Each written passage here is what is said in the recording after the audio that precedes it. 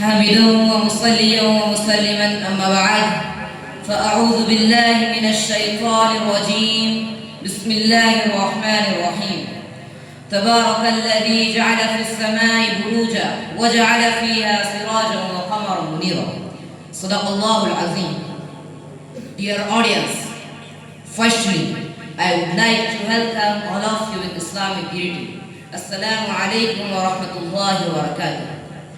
The topic of my today's talk is the glorious Quran and modern science.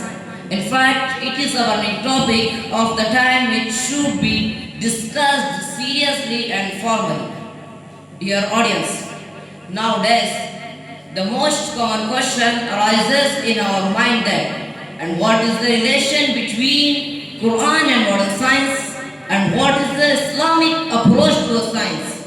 So first of all, I would like to tell you that the glorious Quran is the last and final revelation of Allah subhanahu wa ta'ala, which was revealed to the last and final messenger, Muhammad sallallahu alayhi wa sallam. The Holy Quran claims that is the words of Almighty Allah. All the words of the Holy Quran are the words of Allah. No change has been made in it, nor anything from missing it. Dear audience, previous 100 years ago, it was the age of miracle, but the glorious Quran is the miracle of miracle. More than thousands years back, it was the age of literature and poetry.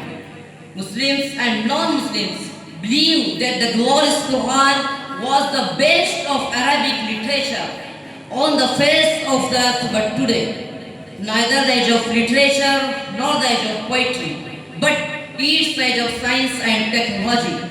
That's why I would like to tell you that what is connection between Quran and modern science. Dear audience, according to Albert Einstein, who was the physicist and Nobel Prize winner, he said, science without religion is lame and religion without science is blind. But I remind you that the Quran is not a book of science, but it is the book of Allah. As well as I would like to tell you that all the invention, creation and discoveries were mentioned in the glorious Quran 1400 years ago. Such as the scientists say today, the light of moon is reflected from the light of sun. Whereas it was mentioned in the glorious Quran 1400 years ago. Allah subhanahu wa ta'ala say in Surah Al-Furqan chapter number 25 verses number 61, تبارك الذي جعل في السماء بروجا وجعل فيها سراجا وقمرا منيرا صدق الله العظيم. Blessed is the constellation in the skies and placed there a lamp and a moon given light. Dear audience, here I conclude my speech. May Allah give us the real taste, Quran and Hadith. Ameen. Wa akhiru da'wana alhamdulillahi rabbil alameen.